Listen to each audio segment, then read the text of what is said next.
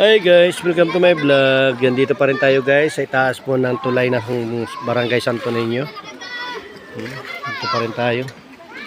Yan. Yung mga kasama natin naliligo po dito. Yan. Yan po yung ibang mga kasama natin. Doon po tayo naliga kanina guys, banda ron. Yan.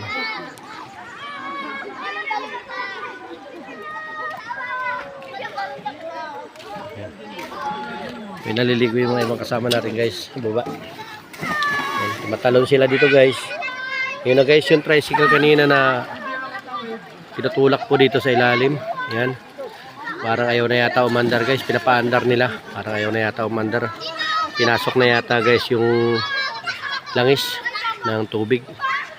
Hindi ko maintindihan kung ano naisipan ng driver, bakit dinala dito. Napakalalim ng lugar na to eh. Kaya anong pumasok sa utak ng guys. Yan.